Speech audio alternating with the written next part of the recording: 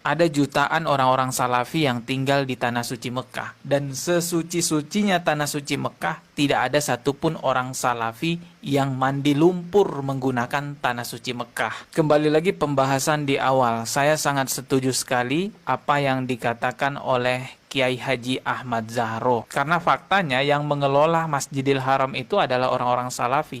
Nggak mungkin Allah ridho Masjidil Haram, tanah suci, dikelola oleh orang-orang sesat. Menguasai Mekah bukanlah menjadi standar kebenaran, bukanlah menjadi standar orang itu benar. Karena di zaman Nabi SAW yang menguasai Mekah, yang menguasai Masjidil Haram itu adalah orang-orang Arab jahiliyah, orang-orang kafir jahiliyah. Bahkan yang menjadi ketua masjidnya di saat itu adalah Abu Jahal.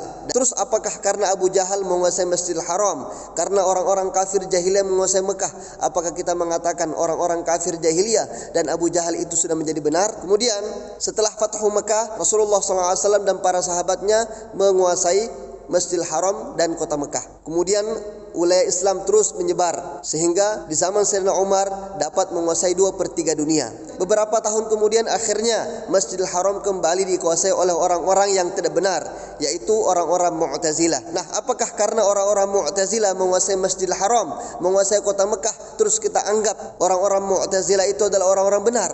Kemudian beberapa tahun kemudian akhirnya Masjidil Haram kembali dikuasai oleh orang-orang Ahlus Sunnah wal Jamaah. Bahkan ketika Masjidil Haram dikuasai oleh orang-orang Ahlus Sunnah wal Jamaah, ada 3 ulama besar Indonesia yang pernah jadi imam masjid di sana. Yaitu yang pertama Syekh Junaid Al-Batawi, kemudian yang kedua Syekh Nawawi Al-Bantani, kemudian yang ketiga Syekh Ahmad Al-Minangkabawi, yang mana mereka semua ini adalah Ahlus Sunnah wal Jamaah bermadhab fikih Imam Syafi'i dan akidah ikut Imam Asy'ari dan Al-Maturidi. Kemudian beberapa puluh tahun setelahnya, di zaman Muhammad bin Abdul Wahab dan Raja Saud, akhirnya Arab Saudi, Mekah, Masjidil Haram akhirnya dikuasai oleh orang-orang Wahabi yang akidahnya bertentangan dengan Ahlus Sunnah wal Jamaah. Jadi harus digarisbawahi bahwasanya standar kebenaran itu bukanlah siapa yang menguasai Mekah, bukanlah karena dia menguasai Mekah, tidak.